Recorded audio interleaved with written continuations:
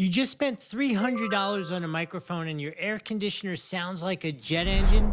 Don't panic. This microphone literally has denoise capabilities built into it. It is the Shure MV7 Plus and it is essentially Photoshopped for your voice. So now just to establish this, I have a DJI Mic 3 lapel mic on right now, as well as I am recording on the Shure microphone. I started this conversation right now when the air conditioning is on. I'm not going to alter any of this audio, and you're going to be able to compare the difference so you know how they work in a noise. Look, I don't have a full finish. The whole point of this microphone is it's supposed to be able to make a regular room, a regular environment sound professional, right?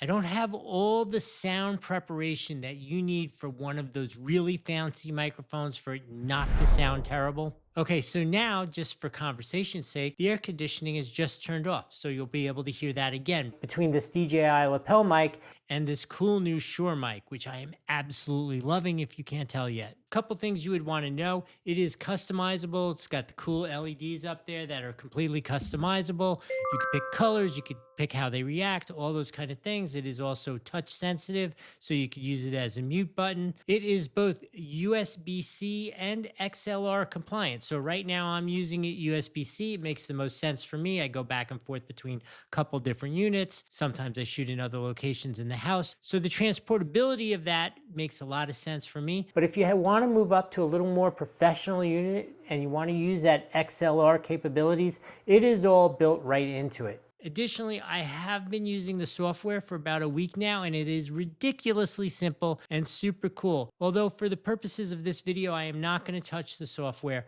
Both of these audios are going to be exactly the way they came out of the microphone. In the end, I am sure you're going to want to get this Shure microphone. There's a link here on the screen or down below. Both of them work the same way. You can't possibly go wrong with this. This is not sponsored. I bought this myself, and I'm telling you, you should buy it for yourself.